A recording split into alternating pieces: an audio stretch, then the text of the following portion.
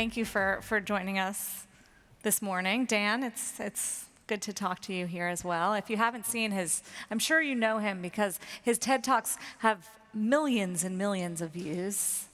He is a very popular author, and now he's here to talk about Irrational Capital, which is a new endeavor. So Dan, how did you get here? Here to here to talk about all of Irrational Capital. Give us a little background for those that aren't as familiar with your work. First of all, maybe I'll explain my half a beard. I was badly burned many years ago. Most of my body is covered with scars, including the right side of my face, so I just don't have hair on this side. And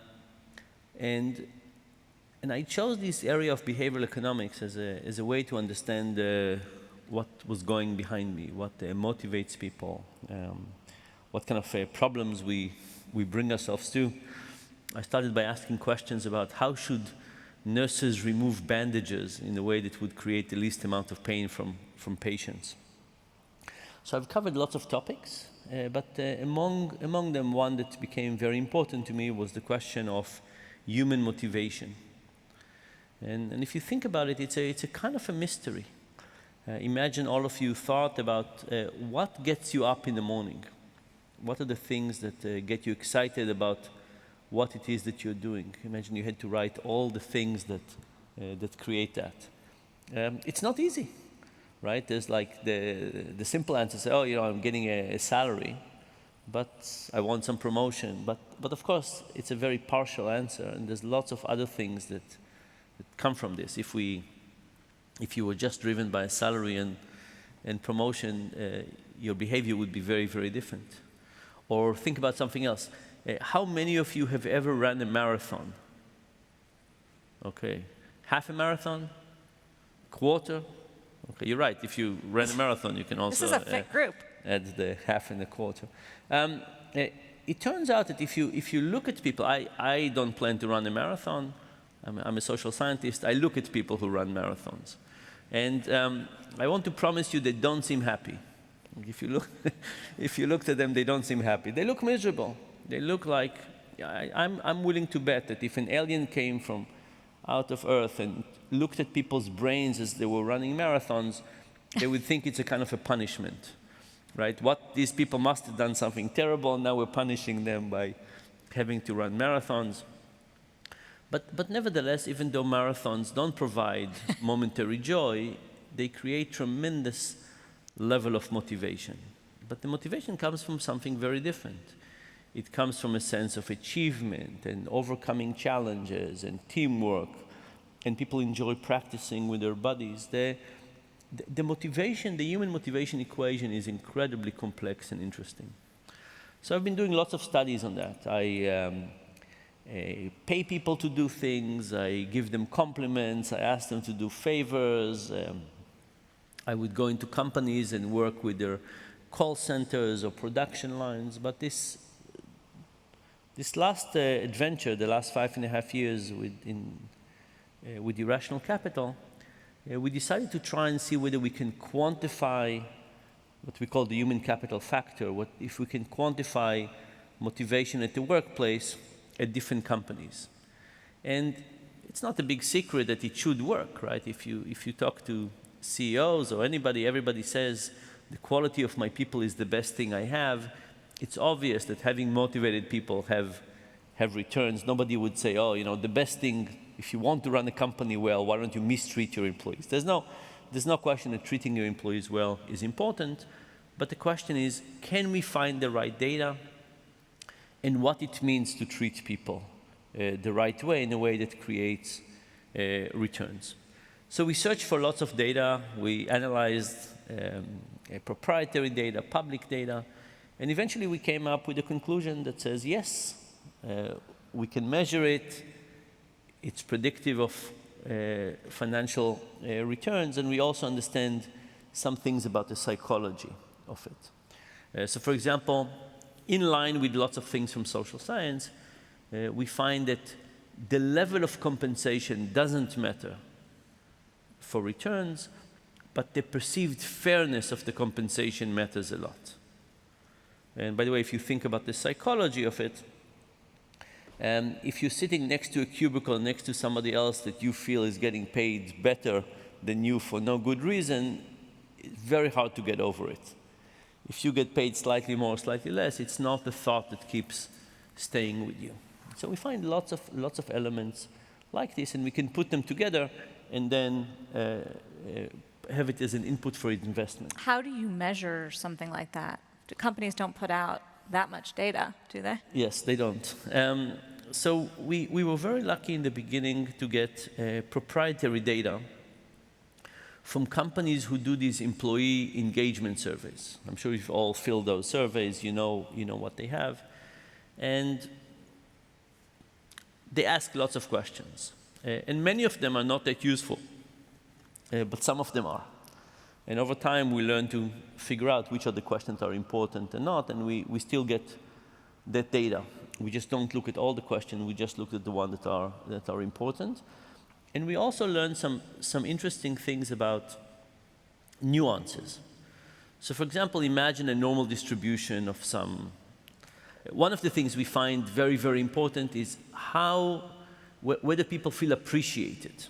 Turns out company where people feel appreciated is much more likely to be successful than a company where people don't feel appreciated. Now think about the normal distribution. Some people feel very unappreciated, some people are in the middle, some people are feeling very appreciated. Who matters more? You could say everybody matters in the same way, let's just take the average.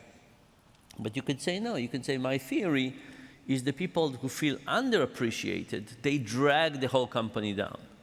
Or you can say the people who are extra appreciated, they drag the whole company up. So what do you think? What would you guess? It's everybody equal, worse, the unhappy people drag down? My guess would be the unhappy people drag down. So the positive people drag up. So if you think about it, these are different theories of the social structure at work, but it turns out that a lot of the innovation, a lot of the excitement doesn't come from the average and it doesn't come from the unhappy people. It really comes from the truly enthusiasts. And if you, by the way, it's good to move everybody up, but if you had to choose the people who are truly enthusiastic, that's where returns come from, because returns come from people stepping out of the bound, trying to do new things, and so on. What about upward mobility? I feel like those are always in the survey questions. How important is that? So longevity in the company is certainly important. Longevity in the company is very important, and if people spend time thinking about moving, you're not in a good situation.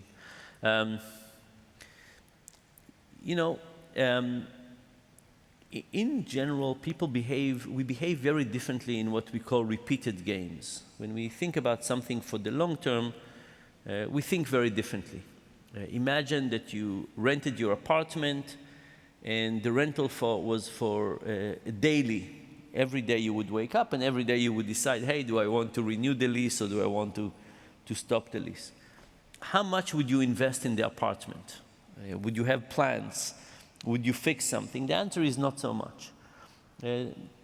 Things that have longevity require people to think more long term. And that's an incredibly important thought. So you're saying we should buy and not rent? Sorry? You're saying we should buy and not rent? I think you should at least have a long-term rent, but the same thing is true for relationship, right? If you have a relationship with a friend or romantic partner and you basically say, let's do it one day at a time, you're not going to do the same investments. All relationship, work relationship included, have ups and downs, and for people to wear the downs and work extra tough, we need the horizon. So having a long-term horizon is a very important thing for any system that wants people to think long-term. So do you talk to boards, executives, give them this advice, give them this data and this information? What can they glean from it? So we don't yet. Right now we collect the data. We we partnered with our friends at Harbor Capital, and we have an index that is using this data, and soon we'll have another one. But I think companies could gain a lot from that. I think that right now the way that company engagements work is that it ends up at HR, and I don't know what people do with it. But it's not all the questions that are important, and there are a few questions that are incredibly important to the CFO. And I'm hoping that moving forward, companies would become really interested in that, and they would say, let me think about how to improve my human capital. When companies think about the workforce, it's mostly thought about cost. That's how we write it up. But if we wrote about it in terms of what is the asset and what do we need to do to invest in it, to improve it, I think companies would do much better. Increasingly now, when I talk to companies, they're thinking about diversity as a cultural issue and as an issue to make their workforce happy and productive. Does that factor into your work? Gender, race? Yeah. So, look, there's lots of reasons to do lots of things. I'm talking now from the perspective of returns. There are all kinds of reasons to do something. But a lot of it is the question of how do we measure it, and is it actually becoming effective? So there is something called, actually it doesn't matter the name, but there's an index that measures the percentage of women at the board level and at top management. And it's an index that says, let's invest in the companies who do well on that. And you can think whether it's a moral thing to do or immoral thing to do this. But the question is, what are the returns of that index? And it's got to be higher with women, right? No. It's not? It's terrible. I thought all the studies show that having more women is better. This index is terrible. It loses money every year systematically. Oh, you didn't know? I thought you were joking. No, I'm not. I wasn't. It's a terrible index. And of course, it's not a terrible index because treating women well is not the right strategy. Of course, it's the right strategy. It's that the measurement is stupid. And the reason is that you can imagine a board that has equal number of men and women, and you treat all women terribly, right? The equal number doesn't mean good treatment. Think about teachers. We have most of teachers are women, and we treat teachers terribly. Equality of numbers has nothing to do with treating people in a reasonable way. And the second thing is that if you look at the women at the top of the company, treating them well doesn't mean that all women in the company feel that they are treated well. It's not. It can be looked as window dressing rather than solving the real cultural issues. The reality is that we have real terrible cultural issues with men and women, and what seems like we're really dealing with the problem versus just patching it. And this approach of counting often ends up looking to people as an insincere attempt for patching rather than a sincere attempt. Now, when we look at our data, remember, we have lots of questions about lots of people, and when we look at, for example, how appreciated do you feel, and we see a gap between men and women, or how fairly do you think you're compensated, or how fair do you think you'll get promoted, we'll take all the questions that we find important, and we take the companies who are more equal, very few are really equal, but they're more equal. That's a huge positive input for returns. But the real issue is, what are we measuring? And so many times what we do is we measure what's easy rather than what's important. Numbers. It's very easy to say, oh, the whole universe is in the quarterly report and the yearly earning, and all the information is there. No, there's a lot of things that are missing. In terms of human motivation, you know nothing about this. It's like, a modern engine of cars. We used to be able to see the carburetor, to see how things are moving. Now it's all locked. You have no idea what's happening. So you can say, oh yeah, it's enough for me to look that oil is coming in and pollution is coming out. But no, there's a lot of things to look inside. And when you think about it, it's kind of shocking how long it's been taken for people to start looking at this. So you're doing this. You mentioned the ETF that you have with Harbor, the Happy ETF. And I went inside and looked at some of the companies. It's tech heavy. And there are a lot of companies that aren't doing well right now, like Zoom Video and Unity and some of these a lot of the ARK ETF kind of names that are not profitable. So how do you measure whether this is a real indicator of financial performance at a time where we're in a pretty volatile market? So a couple of things. So first of all, we're very lucky we have data going back to 2006. So this is not data from Just the last recently, year yeah. and so on.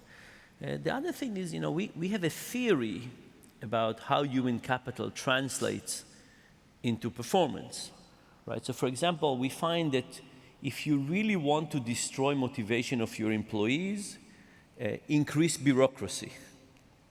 And that's kind of the number one, actually, I think, very high up there. Now, why is bureaucracy so devastating? Because it tells employees you don't trust them. It tells them you don't appreciate their time. And it tells them that you don't really want them to do anything different. Please stay with the same thing. Everything you want to do differently is going to be very hard for you. Now, human capital, eventually, what it does is it brings innovation. And innovation can be a big thing like a patent, but it could be a small thing like somebody is fixing something. It could be about people helping each other to solve problems. If you think about your own life, you rely on lots of people. How motivated are to help you? And human motivation is not translated to daily performance. It's about the deep engine of growth and improvement for companies. Now, if you think about, short-term things, lots of things happen. We have wars, we have economic. But if you ask the question of how resilient is a company and how likely are they to move forward, it's very hard to imagine human capital is not going to be a major part. So during COVID, we kind of doubled down and we studied more companies than we do usually. And what we saw was that the companies who were pre-COVID had a higher human capital, basically when things went down and up, did much better. So it's not a short-term strategy. It's not like you say, okay, let me go today back to my company and say thank you to people to get them to feel appreciated and that's it. No. It's a long-term cultural change that changed things on the long term. And one other thing, if you think about motivation in general, we have what we call extrinsic motivation, salary, bonuses, financial savings, health benefits. We find very little evidence that those things really matter. They matter to a very small degree. On the other hand, you have this bucket of intrinsic motivation.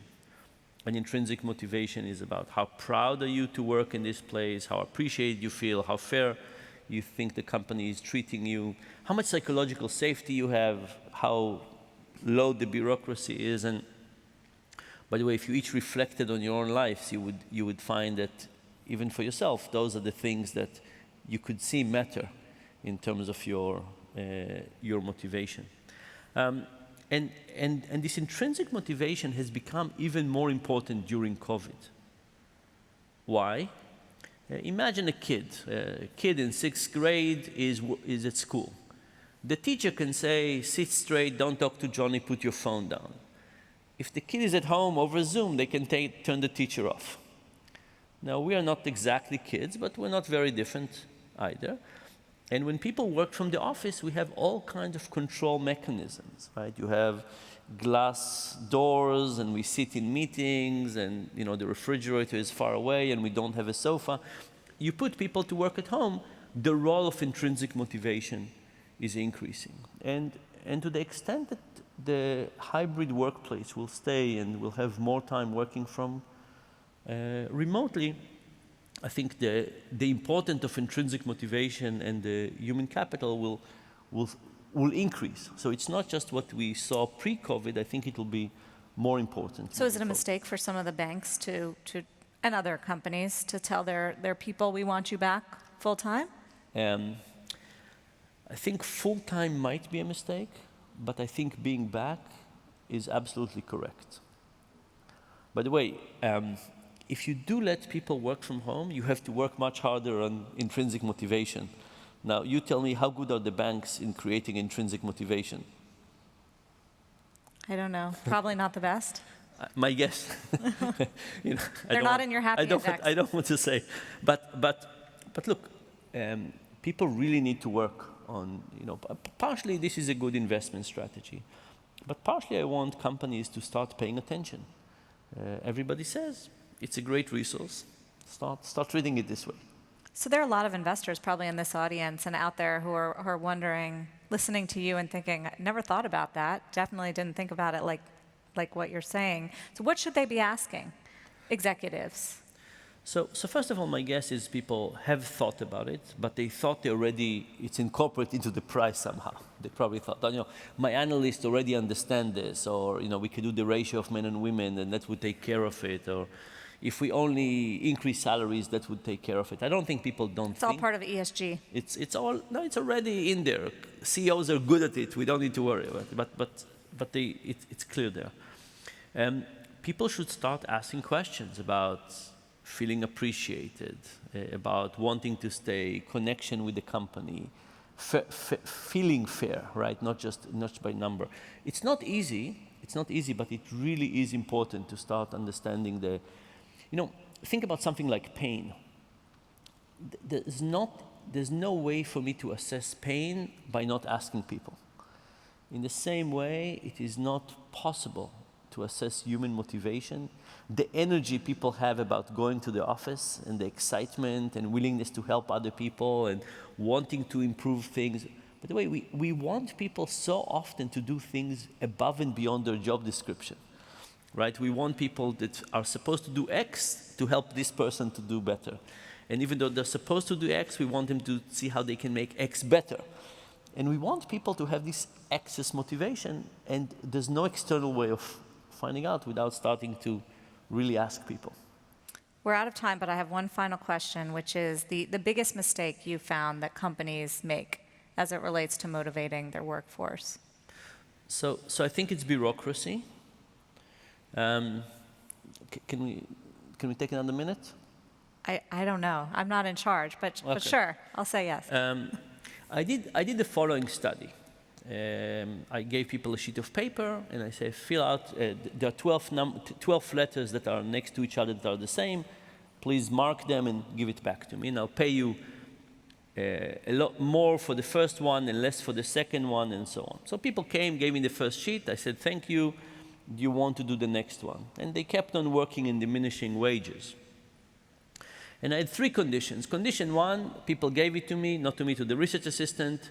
The researcher scanned it in his eyes, said, aha, and put it on the side. Condition 2, they took it, no aha, just put it on the side. So the work was not acknowledged. And said, he just took it, put it on the side, you want another one. Condition number 3, they took it and put it directly through a shredder. And now ask yourself, how much did people work? So of course they worked much more in the appreciated condition, right? It's not a compliment, it's not a hug, it's not inviting for a beer, it's just saying aha, right? But still, people worked much more in the aha condition, and in the shredder they worked much less. They stopped, they made less money, they stopped quicker, and so on. Where do you think was the condition with the non-acknowledging? It was somewhere between, closer to the shredder or closer to the acknowledged? Shredder. Closer to the shredder. So here's the lesson from this. The bad lesson is if you really want to demotivate your employees, shred what they're doing. And it sounds funny, but think about how many times people submit a project and they don't even get a response. I sometimes feel that people feel as if they have like 100 compliments to give throughout their lives, and when this is over, they'll die. No, there's lots of compliments. You could do much more of it. But the thing about not being recognized, not even saying aha, think about how often do we do that? How often don't we acknowledge people? And this was a small task and not very meaningful, but people spend sometimes tremendous amounts of hours working, staying late at night, doing all kinds of things. Do we create enough appreciation? Do we acknowledge? The answer is probably all of us would say, not enough. We don't do it enough. So if you think about it, yes, shredder is the way to go if you want to demotivate people, but not acknowledging people gets you almost all the way there. And acknowledgement has a huge, huge component. I think companies just don't think about that enough. I think we think about people too often as mechanical, and we need to start thinking about people human. I'm going to go thank all my producers. Thank you, Dan. This was illuminating. Really appreciate it. And thanks to all of you for being here. Thank you.